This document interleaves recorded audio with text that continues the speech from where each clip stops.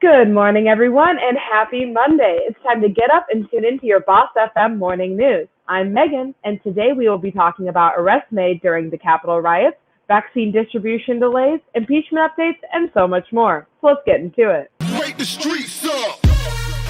Yeah. Yeah. Okay. Wake the streets up. Okay. Come on. Okay. Wake the streets up. Yeah. Yeah. Come on. Wake the streets up. Yeah. Yeah. Okay.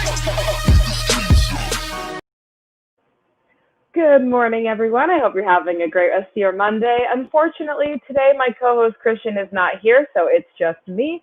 But without further ado, let's get started with our first story.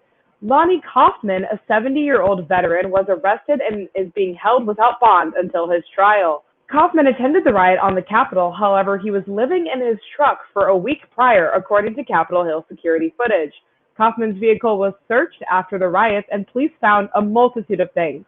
They found 12 Molotov cocktails, explosive devices, guns, ammo, a crossbow with bolts, machetes, a stun gun, 11 jars filled with explosive liquid, and handwritten notes. These notes included names of representatives and judges, one that had the words "bad guy" written next to it. Coffman's vehicle was also located next to a Democratic building that had an explosion threat on Wednesday morning as well. So it's really scary to think about the things that could have happened. Luckily, he is in police custody right now, and all of those firearms and explosives have been dealt with and taken away.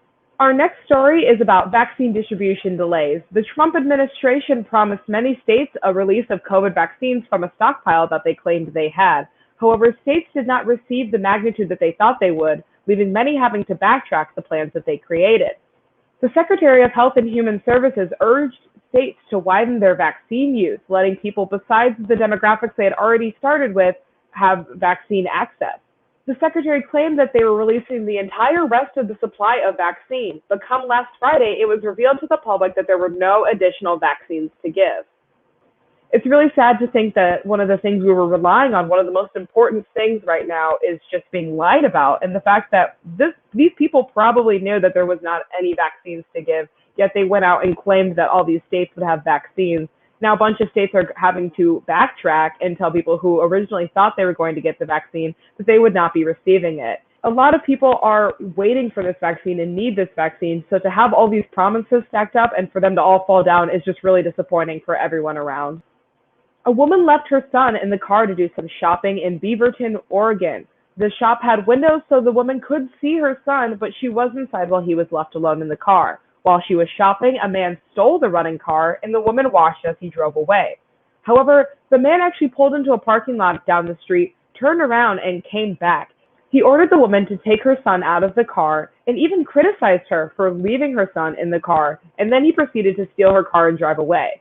The car was then found in Portland, Oregon a couple of days after that. However, the thief has not been found, and we have no clue who it is. While I'm not advocating that you should leave your children in the car because that can be very dangerous, I know my mom left me in the car a couple of times to go do some quick shopping. And so I understand where this woman's coming from, especially if she didn't have anyone else to watch her son. But the fact that that man stole her car and then decided that he had more moral high ground to tell her what to do and then continued to steal her car is very ridiculous. But luckily no one was hurt in this situation, and the car actually did end up going back to the owner. Former FBI Director James Comey said in a statement this weekend he does not think Trump should be criminally charged because of the riots on the Capitol. While Comey supports the conviction by the Senate, he denounced the trial. He said, quote, "The country would be better off if we did not give him the platform that a prosecution would for the next 3 years," end quote. He thinks that America will heal better if Trump is only disgraced from office and not put on trial. He also claims that a trial would give Trump attention, something that we know our almost former president loves. While a trial would give him attention, which we all know that he loves, I think it's important to show people that you can't just do things and get away with it. Even if you're a bad person like Trump is, even if you love attention in the spotlight like Trump does, it just sets a really bad precedent. He did awful things and he should be charged for them.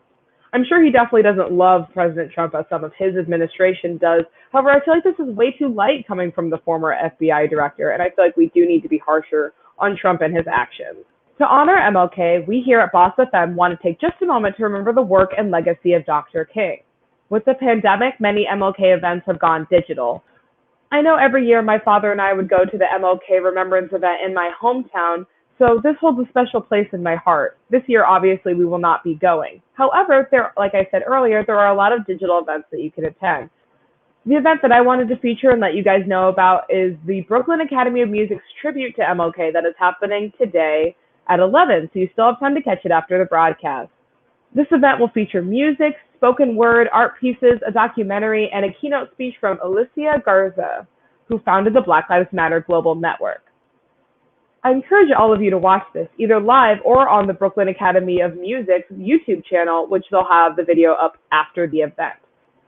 It is extremely important to remember and honor MLK, all the things that he did for us, all the things that people around him did for us, and the work that all Black people did during this time. All right, everybody, that is it for our Monday morning news. Make sure you tune in later tonight at 8:30 p.m. for some more news with Boss FM. If you'd like to rewatch our shows, as always, they will be available for replay on our Boss FM app and on all our social media platforms. Thanks again for tuning in, y'all. It's Megan. Have a great rest of your week.